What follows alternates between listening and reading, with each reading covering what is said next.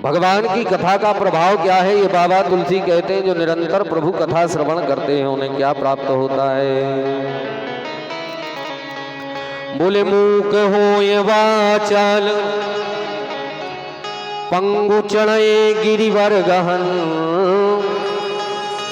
और जासु कृपा सुदया द्रवौ सकल कलिमल दहन। भगवान की कृपा हो जाए तो भैया बोरा बोलन लगत। पंगु भी चाहे तो पहाड़ चढ़वा दे ऐसा भगवान। और बोरा भी एक ही प्रकार के नहीं होए ना, तो आप समझो कि जिको मुंह से नहीं बोल पाए वही बोरा कहाँ है। बाबा तुलसी जो है 4 प्रकार के गूंगे बताते हैं कि 4 प्रकार के गूंगे होते हैं। मूक होय वाचाल, ये चारों प्रकार के गूंगे भगवान की कृपा से बोलने लगते हैं। कौन कौन से गूंगे होते हैं? सबसे पहले गूंगा वह है जो धर्म मूक हो।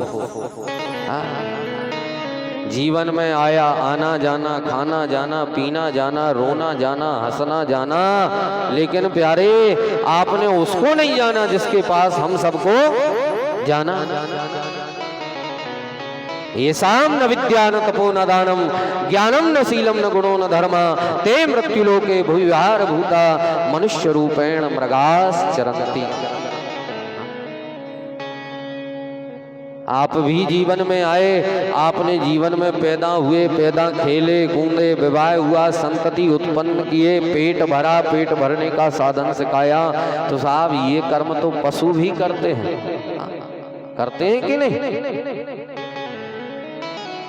तो हम में और पशुओं में अंतर क्यों, क्या हुआ साहब? यदि हमने अपने जीवन में आकर के अपने निमित्त कुछ नहीं किया ऊपर जाने के लिए, तो साहब ऐसे व्यक्ति भी बोरा कहलाते हैं, जिनको बाबा तुलसी धर्म मूक कहते हैं। जीवन में खूब संपत्ति कमाई, लेकिन भगवान के नाम पर यदि देने की बारी आई तो साहब रह गए पीछे। कई लोगों को तो हमने इतने तक देखो है, गांव देहात में कहूँ पंडित जी ब्याह पड़वे गए और ब्याह में भुनसरा, अच्छा आप विचार करियो, बुराई लगे सो वहीं लग जावे। विचार करियो आप, नचवे बारे जो है वे फिक्स है कि इतने पैसा ले हैं, बाजे बजावे बारे फिक्स है कि इतने पैसा ले हैं, ने दे छाती पे चढ़ के ले ले तुम्हारी। ओ भुनसरा हो आजाद बे आओ मैं के नहीं,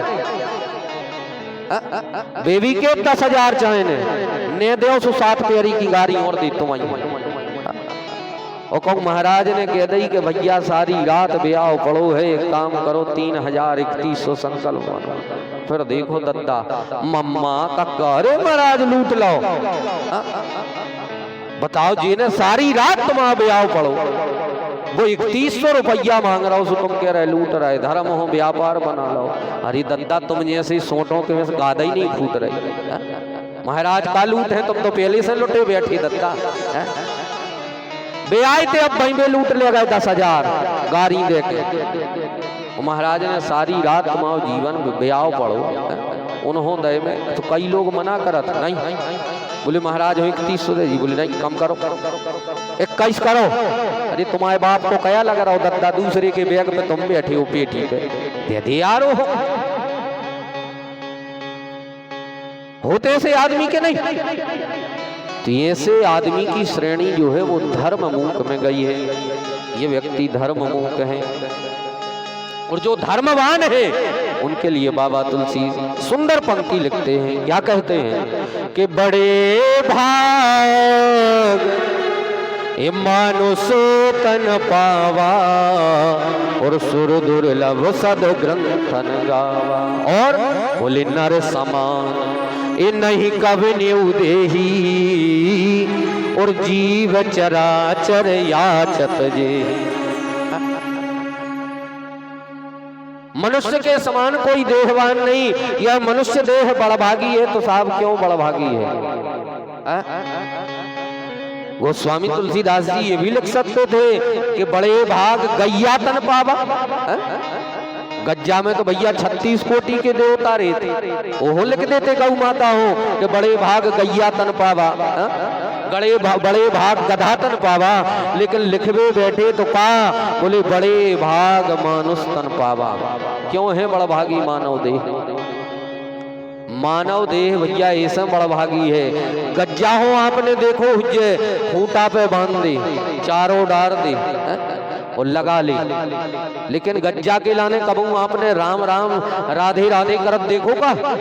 अर्थात गाय अपनी मुक्ति का साधन नहीं करती, लेकिन मानव देह ऐसी है कि जिसमें आप जीवन यापन करते हुए भी, अपने गृह कार्य करते हुए मुंह से यदि सीताराम राधे श्याम कहते हो तो आपका यह लोक तो ठीक, वह लोक भी सुधर जाएगा। इसलिए बाबा तुलसी कहते हैं बड़े भाग ए मानुष तन पावा और सुर दुर्लभ सद ग्रंथन गावा। तो ऐसे साहब कई लोग धर्म मूक होते हैं। पहला गूंगा कौन है? बोले जिसके पर जीवन में धर्म नहीं है वो भी गूंगा है, भले ही मुंह से बोलता। गोस्वामी तुलसीदास जी महाराज ने दूसरा गूंगा बताया है ज्ञान मूक।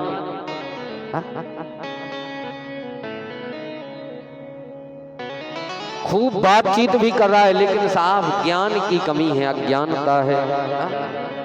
और बाबा तुलसी कहते हैं हमें तो ज्ञानी प्रिय है।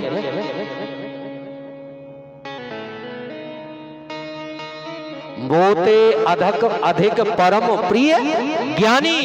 बाबा तुलसी कहते मुझे ज्ञानी प्रिय है। और साहब यदि आपके पास ज्ञान नहीं है तो जीवन में साहब आप क्या पहचान करोगे? जीवन कैसे जियोगे? जीवन चलने की कला कैसे सीख पाओगे? इसलिए बाबा तुलसी कहते हैं यदि आप में ज्ञान नहीं है तो भी आप गूंगे हैं। और तीसरा गूंगा कौन है? तो बाबा तुलसी कहते हैं भाई साहब तीसरा गूंगा है वचन मूक, जिसके मुंह से वाणी नहीं निकलती। ऐसे गूंगे आपने खूब देखे होंगे, मुंह में वाणी नहीं है अर्थात गूंगे हैं। और चौथा गूंगा कौन है? बोले अज्ञान तिमिरांधस्य, जिनके जीवन में अज्ञान भरा है, जान सब कुछ रहे हैं, बोल सब कुछ रहे हैं, लेकिन कर कुछ नहीं है। नाना प्रकार के संप्रदायों में जा रहे हैं। कई लोग सनातन धर्म को छोड़ करके, जड़ को छोड़ करके साहब आज के समय में तनों को पकड़ रहे हैं, डालियों को पकड़ रहे हैं, कज्जक रामपाल रूपी डालियों को पकड़ रहे हैं। शिक्षा क्या है? यद्यपि हमारे यहाँ कबीर का कोई विरोध नहीं है, लेकिन कबीर में जो आ गए हैं वो साहब सनातन की धज्जियां उड़ाने में लगे हैं। वो कहते हैं ईश्वर निराकार है। कबीरदास जी, यद्यपि कबीर की ये वाणी नहीं है, स्वामी दयानंद सरस्वती ने आर्य समाज की रचना की, आर्य समाज को बनाया, लेकिन शिक्षा उन्हें उत्तम दी, कभी मूर्ति पूजा के विरोधी नहीं रहे। लेकिन आज का आर्य समाज, आज का कबीर समाज ये मूर्ति पूजा का विरोधी हो गया। क्यों विरोधी हो गया? क्योंकि हमने और आपने पढ़ा भी गलत है। क्या पढ़ा? बोले ईश्वर निराकार है। अब निराकार का अर्थ क्या होता है? जिसका कोई आकार ना हो उसे निराकार कहते हैं, सही है ना? लेकिन साहब यदि इसमें व्याकरण लगाई जाए तो उसका अर्थ और निकलेगा। क्या निकलेगा? बोले निशेष धन आकारः तस्य निराकारः, संसार के शेष आकार जिस निराकार रूपी परमात्मा में से प्रकट होते हो उसे निराकार कहते हैं। तो आप ये बताइए, हमें और आपको जिसने इतना सुंदर बनाया तो साहब वो कितना सुंदर होगा? बताइए आप। जिसने आपको और हमें इतना सुंदर बनाया तो हमें बनाने वाला कितना सुंदर होगा? हा? कोई कवि कहता है नाम तुम्हारा तारनहारा, हो जाने कब दर्शन होगा, हो जिसकी रचना इतनी सुंदर वो कितना सुंदर होगा। तो साहब इस संसार में निराकार के लिए कोई स्थान नहीं है। बताओ आप विद्वान जन यदि बैठे हो तो इस संसार में कोई निराकार के लिए जगह है? अब आप कहें ये प्रकाश निराकार है तो आप जा बताओ जो प्रकाश आकार रूपी बलवई में से प्रकट होत के नहीं। अरे साहब जिन मतारी बाप से आप पैदा भये वे भी निराकार नहीं, वे भी आकार युक्त हैं, तो ये संसार में निराकार को का स्थान? हम साकार विग्रह को पूजने वाले हैं, ना कि निराकार विग्रह को पूजने वाले। और यदि ऐसी संस्थाओं में जाओगे तो आपको शिक्षा क्या मिलेगी साहब? शिक्षा ये मिलेगी कि अपने मतारी बाप मर जाए सो मूड़ न मड़वाइयो, यही देत शिक्षा। ने अपने बड़े बच्चा ने अपने मतारी बाप जो ईश्वर से पहले स्थान रखा उनके चरण स्पर्श न करियो, यही शिक्षा देते रामपाल वारी के नहीं। वे तो जेल में है, उनके अनुयायी नहीं माने। इसलिए साहब खबरदार, जीवन में ऐसे संप्रदायों से मत जुड़ना जिन संप्रदायों में जाकर के साहब आपका पतन हो जाए। मर गए आपके 7 पुरखा साहब भगवान के सामने मूल पटक पटक के, और तुम साहब भगवान हो छोड़ रहे हो रामपाल बाबा के चक्कर में।